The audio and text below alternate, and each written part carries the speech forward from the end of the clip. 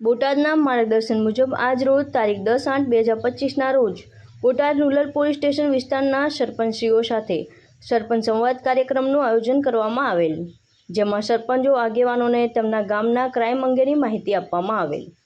અને 4 જે ગામડાઓ છે તે ગામડાઓના સરપંચ સાથે પોલીસ સ્ટેશન ખાતે પરિસંવાદનું આયોજન કરવામાં આવ્યું હતું,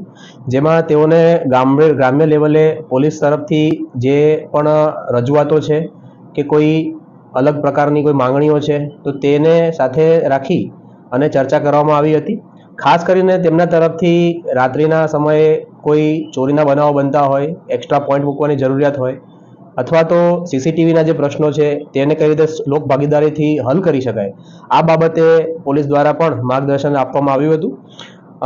આ સિવાય ખેત મજૂરોના રજીસ્ટ્રેશન અંગે પણ પોલીસ તરફથી ભાર મૂકવામાં આવ્યો હતો। બોટાદ જિલ્લામાં જિલ્લા પોલીસ અધિક્ષક શ્રી સાહેબ દ્વારા ભૂતકાળમાં પણ ગ્રીન ઝોન,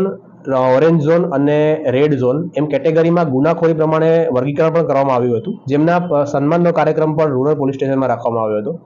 આ કાર્યક્રમમાં બોટાદ રૂરલના કુલ 11 ગામડાઓ કે જેમાં કોઈ ગુનાઓ નોંધાયેલા નથી તેમના સરપંચને બોલાવી અને ગ્રીન ઝોનના આધારે સન્માનિત કરવામાં આવ્યા હતા અને 2 ગામ જે છે તે ઓરેન્જ ઝોનમાં છે અને જ્યાં વધારે ગુનાઓ નોંધાયેલા છે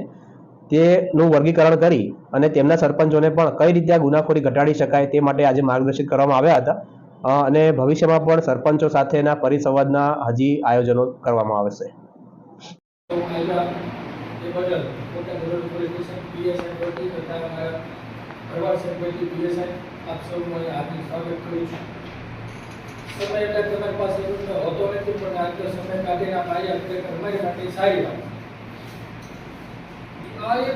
સરપંચ સાથે સંવાદ કાર્યક્રમ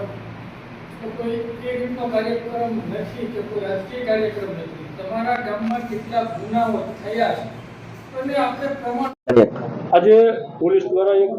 અભિયાન જે હાથ ધરવામાં આવ્યું છે દરેક તાલુકા જિલ્લાની અંદર, અહીંયા પણ સરપંચો સાથે સંવાદ સાથે સન્માન, શું કહેશો? પહેલી વાત તો એ કે બોટાદ પોલીસ અને ગુજરાત રાજ્યની પોલીસને અભિનંદન આપું છું કે અમારા બોટાદથી બોટાદ એસપી સાહેબે શરૂ કરેલું અભિયાન સમગ્ર ગુજરાતમાં આજે કે સરપંચો સાથેનો સંવાદ કે ગામ લેવલે ગુનાખોરી રોકવા માટેના જે ગૃહ વિભાગ દ્વારા પ્રયાસ થઈ રહ્યા છે એને હું અભિનંદન આપું છું। અમારું ગામ રેડ ઝોન, આ જેવી રીતે બોટાદ પોલીસ, ગુજરાત પોલીસે જે ઝોન પાડ્યા છે કે ગ્રીન ઝોન,